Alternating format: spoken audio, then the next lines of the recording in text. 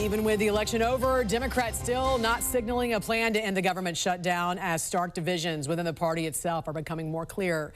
Republicans, meantime, weighing all options to free up federal funding, which unfortunately has been taken hostage in now the longest shutdown in U.S. history.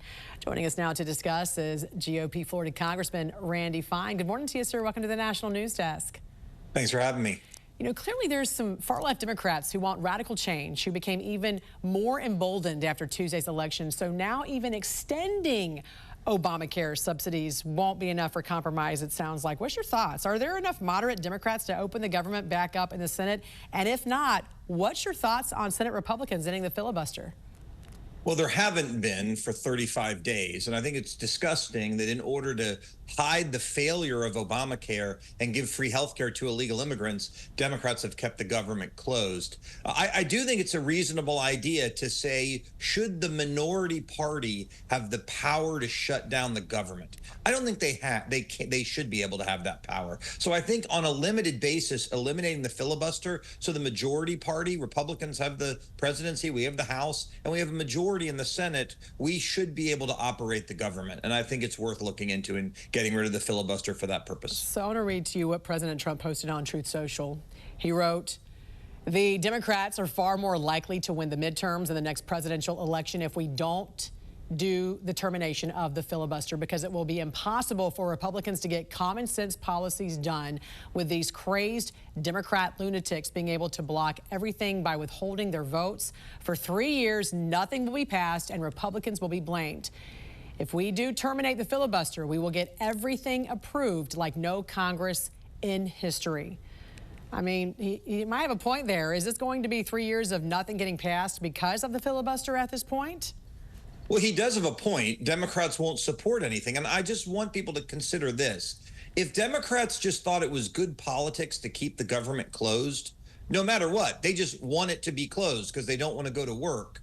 They have the power to do that right now. Even though they have less than a majority, even though they're the minority party, they can keep the government closed for any reason. And is that the way our democracy should work? Republicans want a majority in the House, or a majority in the Senate and the presidency. But a minority party in one chamber can literally keep the government closed forever if that's what they want. President Trump is right. We do need to change the filibuster so we can get the government back to work. After the elections, you wrote this: "Legal immigrants who hate America elected a communist Muslim jihadist. New York City has fallen. America is next if we don't stop it." A mass exodus, Congressman, is expected from New York City. And as you know, in your state, this is where a lot of those residents end up. How do you feel about that? Are you concerned they're going to also bring their politics if they come on down to Florida?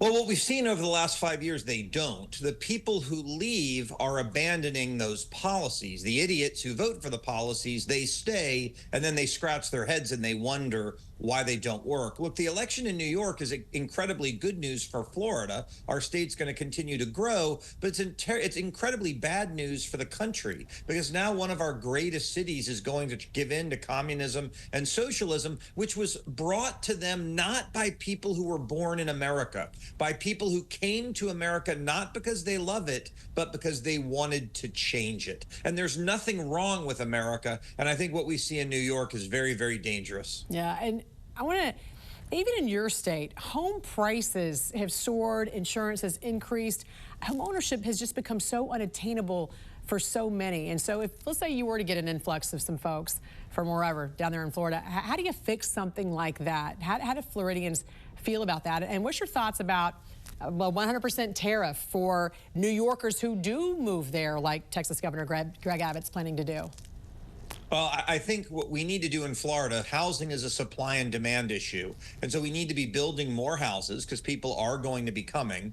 But the other thing we can do to free up supply is we can keep deporting illegal immigrants. They're taking up hundreds of thousands of housing units in our state, and we need them to leave so that we can make room for actual Americans. I think those things will help. As it relates to tariffs, I think it's a cute idea to talk about, but frankly, it's unconstitutional to say to Americans they can't move into your state. So I understand the sentiment Amendment. I often joke that we should build a wall in between Florida and Georgia. We are a peninsula, so we could just block the north. But I think the Constitution would not let us do that as much as we might like to. All right, Congressman Randy Fine from the great state of Florida. We appreciate you joining us this morning. Hope you have a great weekend. Thanks. Thank you. My home state.